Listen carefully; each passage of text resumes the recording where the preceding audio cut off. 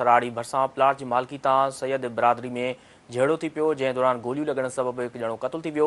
गोलियूं लॻण सबबि नौजवान जाबिर शाह क़तल थी वियो, जंहिंजो लाश ज़रूरी कार्रवाई लाइ सकरंद इस्पताल मुंतक़िल कयो वियो आहे। अव्हां खे आगाह करे रहिया आहियूं ताईं अफ़सोसनाक ख़बर जे हवाले सां त सराड़ी भरसां प्लाट जी मालिकी तां सैयद बिरादरी में झेड़ो थी पियो, जंहिं दौरान गोलियूं लॻण सबबि हिकु ॼणो क़तल थी वियो। गोलियूं लॻण सबबि नौजवान जाबिर शाह क़तल थी वियो, जंहिंजो लाश ज़रूरी कार्रवाई लाइ सकरंद इस्पताल मुंतक़िल कयो वियो आहे। अव्हां खे आगाह करे रहिया आहियूं हिन इंतहाई अफ़सोसनाक ख़बर जे हवाले सां त सराड़ी भरसां प्लाट जी मालिकी तां सैयद बिरादरी में झेड़ो थी पियो, जंहिं दौरान गोलियूं लॻण सबबि हिकु ॼणो क़तल थी वियो। गोलियूं लॻण सबबि नौजवान जाबिर शाह क़तल थी वियो, जंहिंजो लाश ज़रूरी कार्रवाई लाइ इस्पताल मुंतक़िल कयो वियो आहे। अव्हां खे आगाह करे रहिया आहियूं इंतहाई अफ़सोसनाक ख़बर जे हवाले सां त सराड़ी भरसां प्लाट जी मालिकी तां सैयद बिरादरी में झेड़ो थी पियो, जंहिं दौरान गोलियूं लॻण सबबि हिकु ॼणो क़तल थी वियो।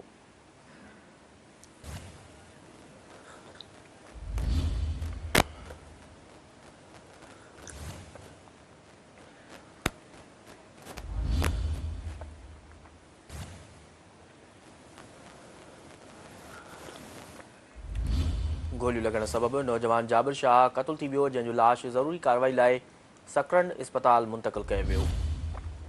आगाह करे रहियूं मूंखे इंतहाई अफ़सोसनाक ख़बर जे हवाले सां त सराड़ी भरसां प्लाट जी मालिकी तां सैयद बिरादरी में झेड़ो थी पियो, जंहिं दौरान गोलियूं लॻण सबबि हिकु ॼणो क़तल थी वियो।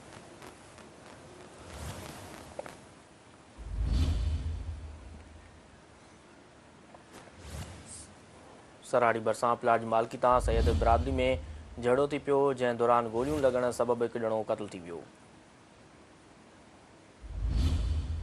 गोलियूं लॻण सबबि नौजवान जाबिर शाह क़तल थी वियो, जंहिंजो लाश ज़रूरी कार्रवाई लाइ सकरंद इस्पताल मुंतक़िल कयो वियो।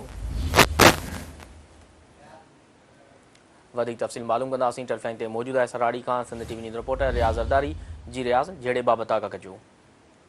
जी बिल्कुलु, मां तव्हांखे ॿुधाईंदो न हीउ खॾार थाणे यादि आहे ॻोठ सैयद मरहम अली शाह में सैयद बिरादरी जी ॿिनि धुरियुनि में प्लाट जी मालिकी तां झेड़ो थियो आहे, जॾहिं त गोलियूं लॻण सबबि नौजवान जेको आहे 24 साला नौजवान सैयद जाबिर हुसैन शाह सख़्तु ज़ख़्मी थी पियो, जंहिंखे जेको आहे नवाब शाह इस्पताल नियो पियो वियो त नाज़ुक सुर जेको आहे उते ज़ख़्मनि जो सूर नसांदे फोत थियो, जॾहिं त घर में कोरामतल आहे, जॾहिं त फोती जे चाचे इस्माइल शाह जो चवणु आहे त ॿई धुरियूं पाण में अज़ीज़ आहिनि ऐं प्लाट जे मसइले तां जेको आहे झेड़ो थियो आहे, जंहिं ते इमाम अली शाह गोलियूं हणी नौजवान खे क़तल करे वॾो ज़ुल्म कयो आहे। खॾार पुलिस जेको वाक़े वारे हंधि पहुची लाश जेको आहे पोस्टमार्टम लाइ तालका अस्पताल सकरंद मुंतक़िल करे छॾियो आहे, जॾहिं त लाश ज़रूरी कार्रवाई बाद वारतनि हवाले कयो वेंदो।